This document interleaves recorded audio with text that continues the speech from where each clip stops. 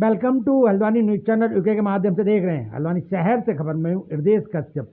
हमारे सामने जुड़े हैं पूर्व सैनिक माननीय गोपाल सिंह मेहरा जी। मेहरा जी, आपका हमारे चैनल में बहुत बहुत स्वागत है। मेहरा जी, अभी जो चुनावी हलचल चल रही है, उत्तराखंड की बात की जाए तो उत्तराखंड में भी चुनावी हलचल चल रही है। तो अभी आप मुख्यमंत्री जी से, माननीय मुख्यमंत्री जी पुष्कर सिंह धामी जी से जो वहाँ पर चर्चा हुई, विशेष वार्ता हुई क्षेत्र के बारे में, तो क्या है आपका, क्या चर्चाएं हुई थी मुख्यमंत्री जी? नमस्कार, मैं आपके चैनल का हार्दिक स्वागत करता हूं। आप मीडिया के चौथे स्तंभ कहे जाते हैं। आपके द्वारा ही हमारे प्रदेश के प्रमुख मुद्दों पर, हरेक बिंदु पर आपके द्वारा हमारे देश प्रदेश में इन समाचारों को प्रकाशित किया जाता है। हृदय जी, अभी 19 तारीख को हमारे देहरादून में मुख्यमंत्री आवास पर हमारे माननीय सैनिक पुत्र पुष्कर सिंह धामी जी से हमारी सीधासाधा मुलाकात हुई थी, जिस पर कई मूलभूत हमारे उत्तराखंड की, हमारे पहाड़ की, जो जनहित में अति महत्वपूर्ण जो लोगों के, हमारे माननीय मुख्यमंत्री पुष्कर सिंह धामी जी से कुछ ऐसे आवश्यक मूलभूत सुविधाओं के बारे में, जैसे कि हमारे पहाड़ पर हमारे लोगों का लगातार पलायन शहरों की तरफ, अपने मूल आवश्यकताओं के लिए 10-5 हज़ार की जो है रोजी रोटी के लिए वो हमारे पहाड़ों से, हमारे देवभूमि उत्तराखंड से वो शहरों की तरफ अपना रुख कर रहे हैं, जिससे हमारे पहाड़ खाली हो रहे हैं और हमारे पहाड़ों पर अच्छी शिक्षा, अच्छी चिकित्सा, वहाँ के लोगों के लिए कुछ ऐसे रोजगार सृजन के संबंध में वहाँ की मूलभूत सुविधाएं, सड़क, बिजली, पानी और सबसे अति महत्वपूर्ण विषय जिस पर हमारे मुख्यमंत्री जी अपने स्तर से बेहतर कार्य कर भी रहे हैं, जिनमें से हमारे गौ संरक्षण के विषय पर मैंने प्रमुखता से बात रखी और मैंने अपने प्रदेश के हर जिलों में, हर ब्लॉक में गौशालाओं का निर्माण के लिए मैंने अपने माननीय मुख्यमंत्री जी से ये निवेदन किया है और उन्होंने आश्वासन दिया है कि अवश्य ही हम इन प्रमुख समस्याओं के बारे में विचार कर संबंधित विभागों को हम निर्देश देने के लिए कार्य करेंगे। मेहरा जी, आपकी बात की जाए तो आप देश के मेन विकेंद्र, हम कह सकते हैं कि देश की सेवा करके आए हैं और आपको माननीय प्रधानमंत्री द्वारा सम्मानित भी किया गया है। तो ये सम्मान को लेके, देखिए, सम्मान ऐसे तो किसी को नहीं किया जाता है, वास्तव में आपका कुछ ऐसा रहा होगा जो आपको सम्मान मिला है, और माननीय प्रधानमंत्री, देश के प्रधानमंत्री, उनसे सम्मान मिलना भी बहुत बड़ी बात है। तो इन और जो जन मुद्दे हैं यहाँ के, उनको आप हमेशा जनहित के लिए उठाते रहते हैं। तो 2027 में क्या इसका चमत्कार होने वाला है? जी, अवश्य चमत्कार होगा। हमारे माननीय मुख्यमंत्री पुष्कर सिंह धामी जी के नेतृत्व में हमारी उत्तराखंड में इस बार फिर भारतीय जनता पार्टी की सरकार बनेगी और इस बार हैट्रिक होगी। हमारे माननीय सैनिक पुत्र पुष्कर सिंह धामी दिन रात पूरे जिलों में, हर एक गांव में, हर एक शहरों में दिन रात ऐसे अभूतपूर्व जिलों का भ्रमण कर रहे हैं और सभी लोगों से मिलकर जन जन के द्वार पर अपनी सरकार को वो ला करके सभी की मूलभूत सुविधाओं, उनकी आवश्यकताओं के विषय पर उनके ऐसे बहुत ऐसे शिविर लगाकर सभी की समस्याओं का त्वरित निस्तारण करने के लिए दिन रात कोशिश कर रहे हैं। मेहरा जी, आप मुख्यमंत्री पुष्कर सिंह धामी जी के पद गए, पहुंचे और वहां पर क्या विशेष चर्चाएं हुई थी क्षेत्र की, जो आपका विधानसभा क्षेत्र है? रे जी, अभी सबसे प्रमुखता से हमारे मुख्यमंत्री जी आम जनमानस की जो भी आवश्यक सुविधाएं हैं, अंतिम छोर पर खड़े प्रत्येक व्यक्ति तक जो भी सुविधाएं, जो भी योजनाएं हमारे केंद्र की, हमारे प्रदेश की जो नहीं पहुंच पा रही हैं, उन तक भी उन सुविधाओं को पहुंचकर उनके लिए भी सारी आवश्यकताओं की पूर्ति करने के लिए वो प्रतिबद्ध हैं। हमारी सरकार गरीबों की, किसानों की, प्रत्येक गरीब, कमजोर, असहाय, दलित, वंचित, शोषित, पीड़ित, दिव्यांग, हर वर्ग, हर समुदाय के लिए कार्य करने के लिए प्रतिबद्ध है। प्रदेश के हालात चल रहे हैं, बड़ा नाजुक चल रहे हैं। क्या दोबारा सरकार या तिवारा सरकार या धामी जी के नेतृत्व में सरकार बन पाएगी 2027 में? अवश्य बनेगी। हमारे सैनिक पुत्र पुष्कर सिंह धामी जी के नेतृत्व में इस बार हैट्रिक होगी और निश्चित होगी। 70 के 70 विधानसभाओं पर हमारी सरकार योग्य और बेहतर प्रत्याशियों को मैदान पर उतारेगी और लगभग 60 सीटों पर हमारी भारतीय जनता पार्टी की सरकार पूरी बहुमत के साथ बनेगी और पुष्कर सिंह धामी जी के नेतृत्व में और यशस्वी प्रधानमंत्री नरेंद्र मोदी जी के कुशल मार्गदर्शन में हमारे प्रदेश उत्तराखंड में भारतीय जनता पार्टी की सरकार काबिज होगी और हैट्रिक बनाएगी। जी, आप जैसे अपनी सोमेश्वर विधानसभा से विधायक पद के लिए प्रबल दावेदार हैं, तैयारी कर रहे हैं। मान लीजिए आप विधायक बन गए, तो क्या आपके विजन है जो उस टाइम चुनावी समय में जनता के बीच रखेंगे और अगले करेंगे? भाई साहब, सबसे पहले हमारा राष्ट्र है, उसके बाद हमारा संगठन है, उसके बाद व्यक्ति विशेष है। हम अपने आप को सबसे नीचे, जो अंतिम व्यक्ति विशेष है, उस संज्ञा में हम अपने आप को रखते हैं। ये हमारी पार्टी का दिशा निर्देश होगा, वो क्या इस पर निर्णय लेती है।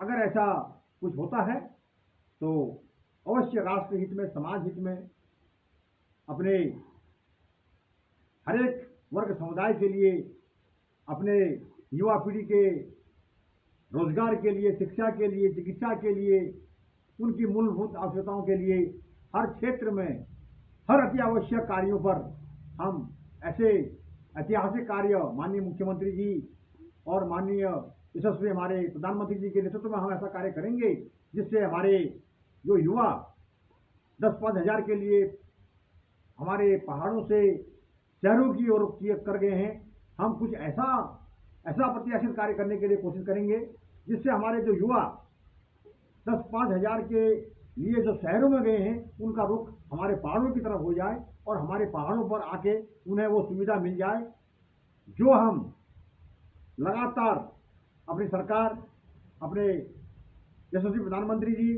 अपने सैनिक पुत्र पुष्कर सिंह धामी जी को समय समय पर उनको इन प्रमुख मुद्दों से, समस्याओं से अवगत कराते रहते हैं। अवश्य ही इस बार 2027 में ये सब संभव होगा। ये हमारे पहाड़ पर ऐसे ऐसे रोजगार, ऐसे ऐसे उद्योग धंधे, ऐसे ऐसे फैक्ट्रियों का नव निर्माण वहां पर सृजन किया जाएगा जिससे हमारी युवा पीढ़ी को पहाड़ पर ही रोजगार मिले और सबकी आवश्यकताओं की पूर्ति हो। मुख्यमंत्री जी के सामने चर्चाएं हुई, लेकिन कुछ ऐसी गुफ्तगू की भी वहां पर ये आ रही कि 2027 में आपके जो सितारे हैं बुलंद होने वाले हैं। नहीं, ऐसा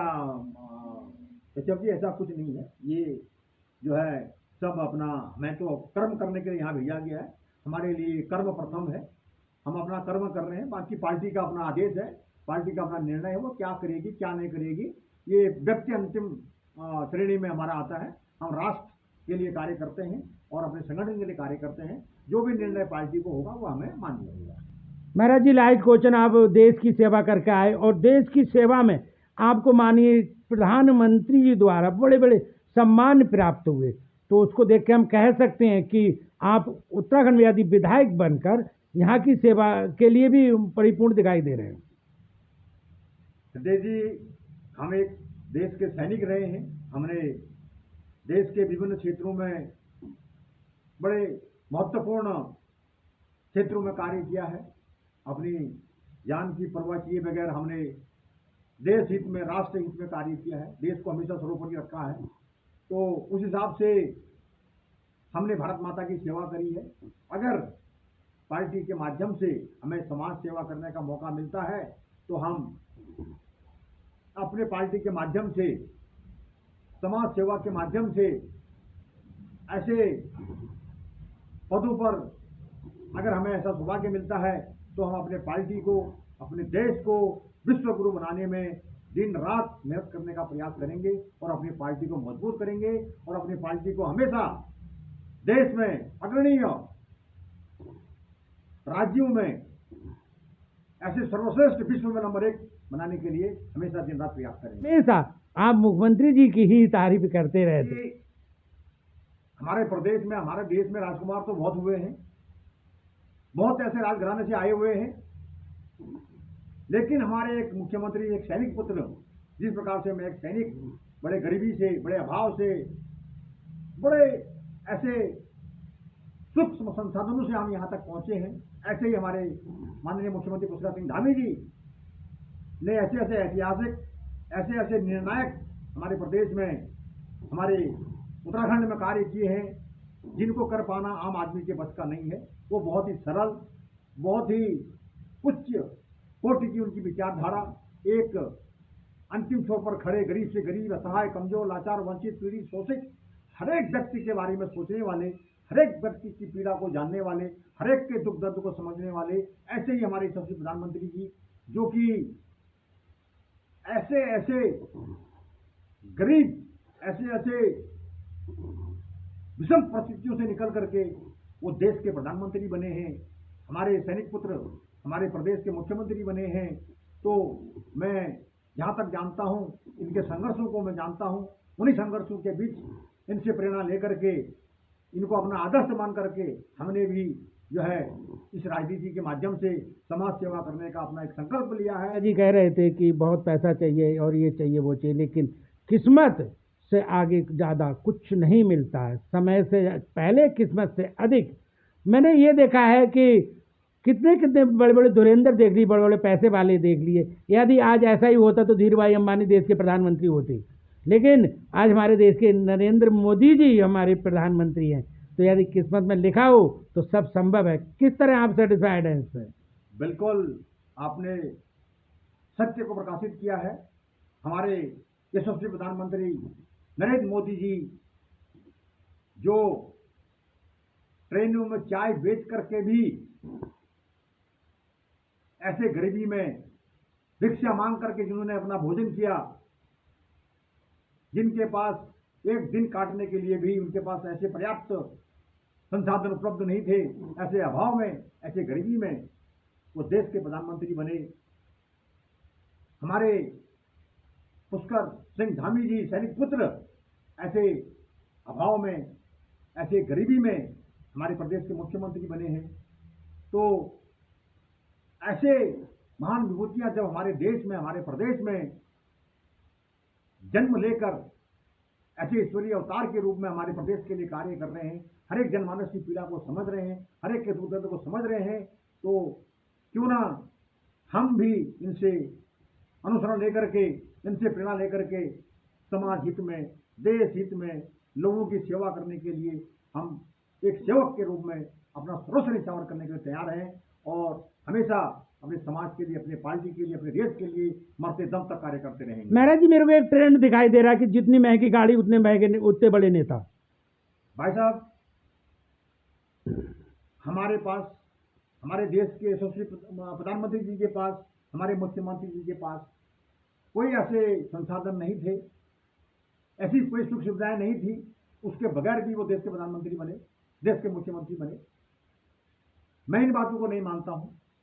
मैं अपने आराध्य गुरु देवता, अपने कृष्ण भगवान, अपनी माता रानी को मैं मानता हूं। श्री कृष्ण भगवान ने बिना शस्त्र के, बिना अस्त्र के पूरी महाभारत का युद्ध का परिणाम बदल दिया था। उसी प्रकार हमारे देश के सैनिक पुत्र पुष्कर सिंह धामी जी ने जिस प्रकार पूरे प्रदेश का कायाकल्प बदल के रख दिया, उसी प्रकार ये दास आपका ये सेवक पूर्व सैनिक गोपाल सिंह मेहरा अपने यशस्वी प्रधानमंत्री जी और अपने प्रदेश के सैनिक पुत्र पुष्कर सिंह धामी जी के नेतृत्व में बिना सुख सुविधा के, बिना धन बल के अपने कृष्ण को आदर्श मानकर पूरे 70 के 70 विधानसभाओं के दिशा और निर्देश को बदलने की जो है उस परम पिता परमेश्वर के आशीर्वाद से ऐसा मादा रखता है कि हम इस बार पूरे प्रदेश में और 2029 में भी पूरे देश में भारतीय जनता पार्टी की सरकार को स्थापित करेंगे। लाल बत्ती की गाड़ी होती है, उस दिन मुख्यमंत्री जी भी कह रहे थे कि सीट तो एक दिन जानी ही है, वो जाती है, लेकिन अक्सर मैंने ऐसा देखा है जब लाल बत्ती आ जाती है